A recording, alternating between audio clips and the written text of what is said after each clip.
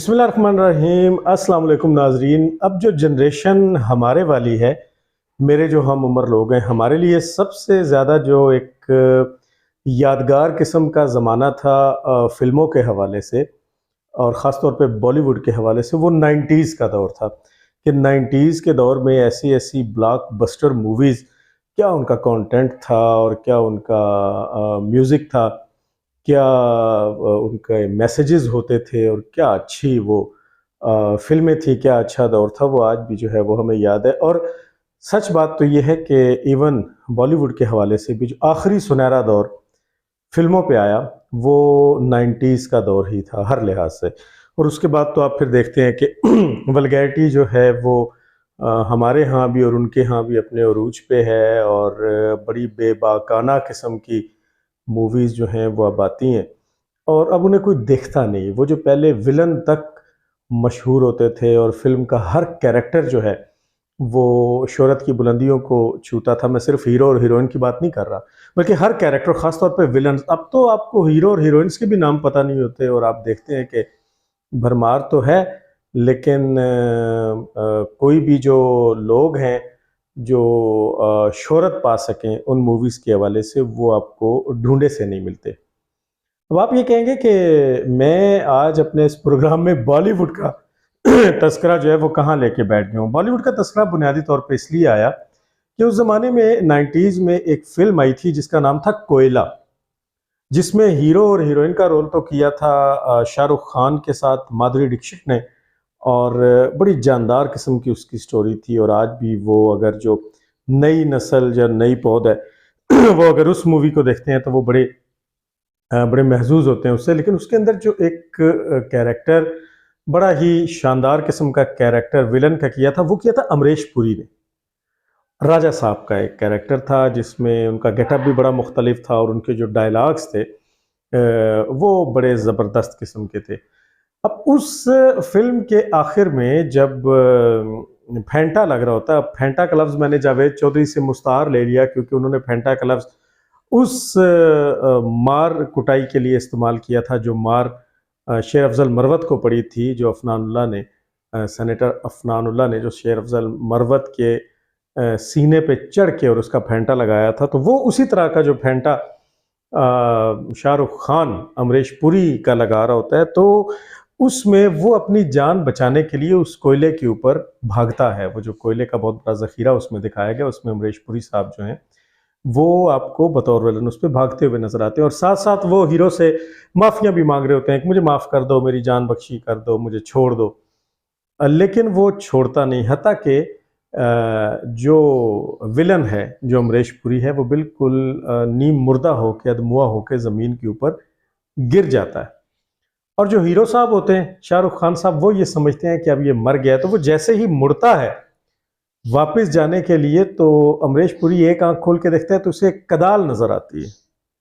वो उस कदाल को उठा के शाहरुख खान की तरफ फेंकता है, लेकिन शाहरुख खान को वो कदाल नहीं लगती। वो बच के एक जानिब हो जाता है और वहाँ मौजूद एक फ्यूल टैंक, एक बैरल, एक जो ड्रम होता है पेट्रोल का, उसमें वो जाके कदाल लगती है, जिससे वो फ्यूल बाहर आने लगता है और वो कोयले की जानिब जाने लगता है। तो अब अमरीश पुरी को अपनी मौत नज़र आने लगती है कि अब मेरे बचने का कोई चांस नहीं, कि अगर यहीं से ये दिया सलाई दिखाएगा, माचिस की तीली फेंकेगा, तो चूँकि कोयला है नीचे और उसके ऊपर पेट्रोल भी अब चला गया है, तो अब मैं मर जाऊँगा। तो वो दोबारा उससे ना हाथ जोड़ के मिन्नत समाजत करता है। पहले उसे मारने की कोशिश करता है। आप उस पॉइंट की तरफ आइए जो मैं आई रिपीट कि पहले वो उसे मारने की कोशिश करता है और फिर वो खुद मार खा के अधमुआ होके गिर जाता है। लेकिन जब वो ज़रा सी गफलत में देखता है अपने हीरो को, तो वो उसके ऊपर कदाल फेंकता है, जो हीरो को लगने के बजाय पेट्रोल के बैरल को, ड्रम को लग जाती है और उस ड्रम में से वो पेट्रोल निकलने लगता है, जिसमें फिर वो आग लगा देता है। तो वो आग हर तरफ फैल जाती है और अमरीश पुरी साहब जो हैं, जो राजा साहब होते हैं, जो विलन है, वो उसके बीच में जलते हुए भी उससे माफ़िया मांगता है, लेकिन वो उसे माफ़ नहीं करता और यूं उसका अंजाम हो जाता है। ये थी उस फिल्म की एंडिंग। अब आप ज़रा इसके तनाजुर में ना कुछ कैरेक्टर्स, कुछ सियासी किरदार मैं आपके सामने रखता हूँ। आपको याद है कि फयाजुल हसन चौहान को जब गिरफ्तार किया गया था तो गिरफ्तारी से पहले हीरो बन के उसने जनाब वो जो पुलिस वैन खड़ी थी उसके बाहर खड़ा होकर नारा लगाया था, कौन बचाएगा पाकिस्तान, इमरान खान, इमरान खान। और उसके बाद वो आपको उस वैन में जाता हुआ दिखाई दिया था। आपको फिरदौस आशिक आवान याद होंगी कि फिरदौस आशिक आवान उस वक्त बिल्कुल वो जग्गा किस्म की खातून बन के तो लाइव टीवी प्रोग्राम्स में मुखालफिन जो मर्द थे उनके मुंह पे आपको थप्पड़ मारती हुई दिखाई दी।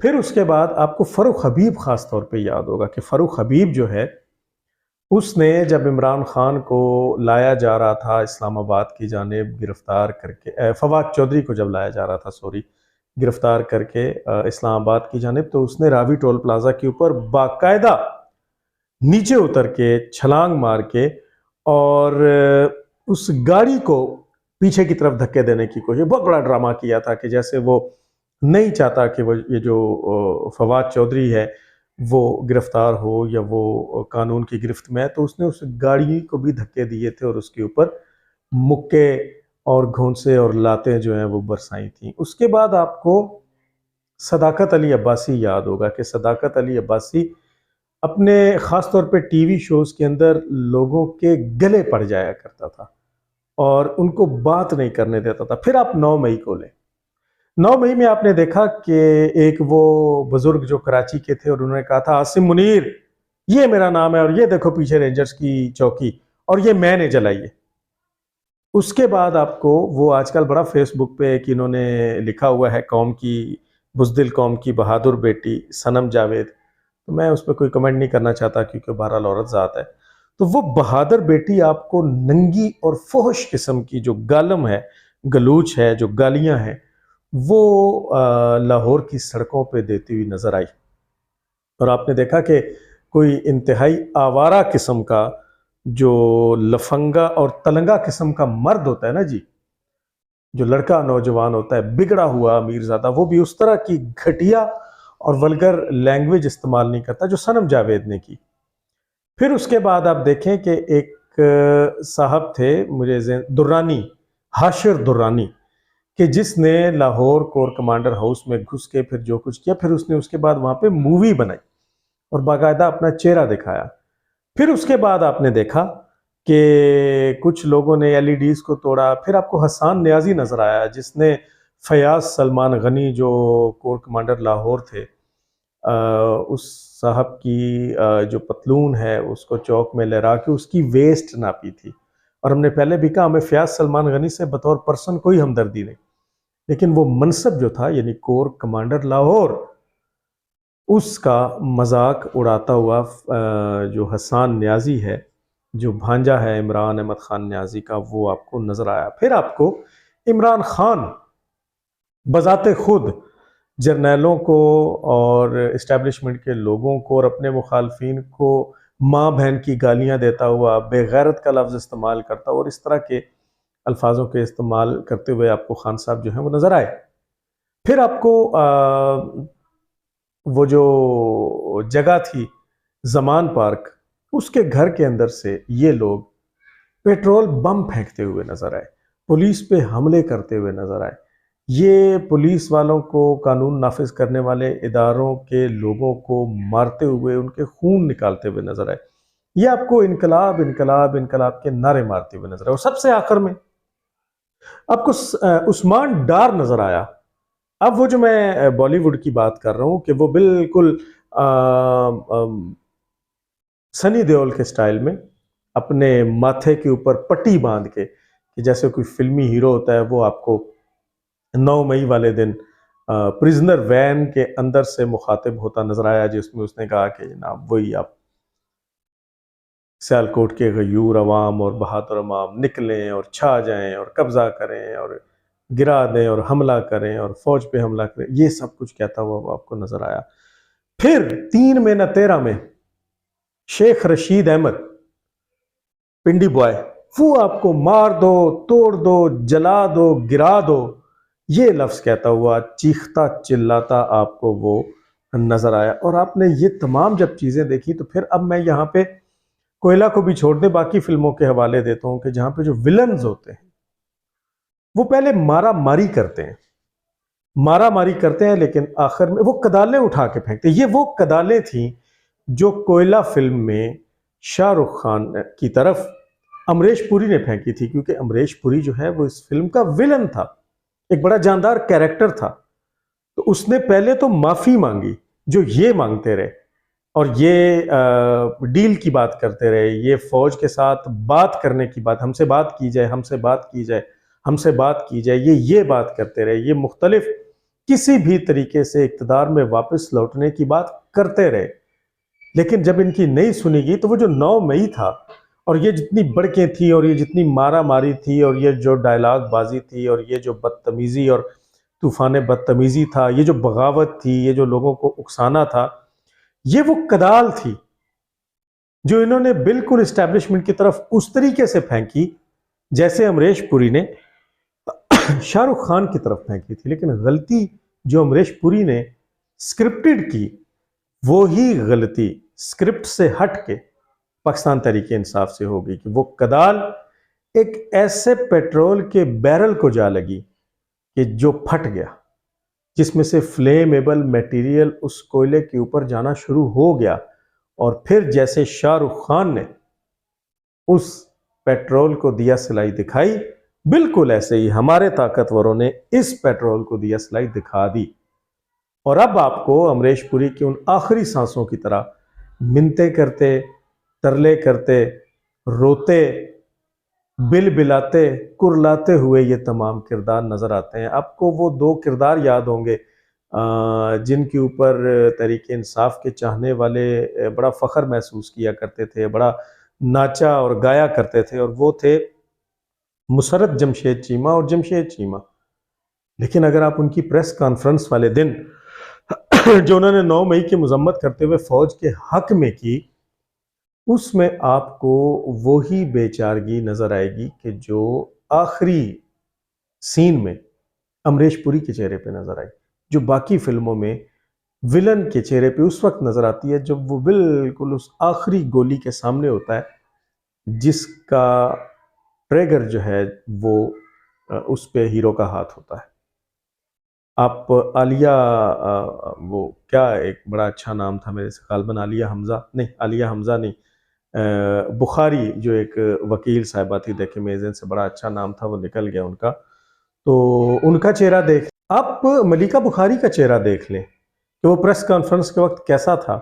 अब आप फयाजुल हसन चौहान को देख लें कि उसके एक्सप्रेशंस कैसे हैं। फिर दोस्त आशिक आवान को देख भी लें और सुन भी लें। आप मलिका बुखारी को देखें कि मलिका बुखारी का जो चेहरा है वो प्रेस कॉन्फ्रेंस के दौरान कैसा था। और तो और वो कैरेक्टर के जिसके बारे में आप सोच भी नहीं सकते थे कि जो बिल्कुल अंदर का आदमी था, वो तो उस्मान बुज़दार था।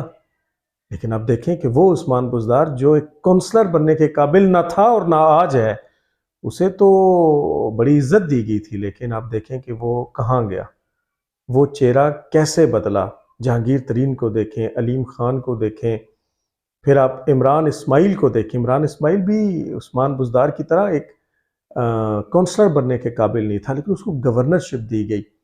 लेकिन वो चेहरा कैसे बदला। आप मुराद रास के आंसू देखें तो आपको वो सारी बेचारगी नजर आएगी जो बेचारगी आपको कोयला फिल्म के आखिरी सीन में अमरीश पुरी के चेहरे पे नजर आई थी।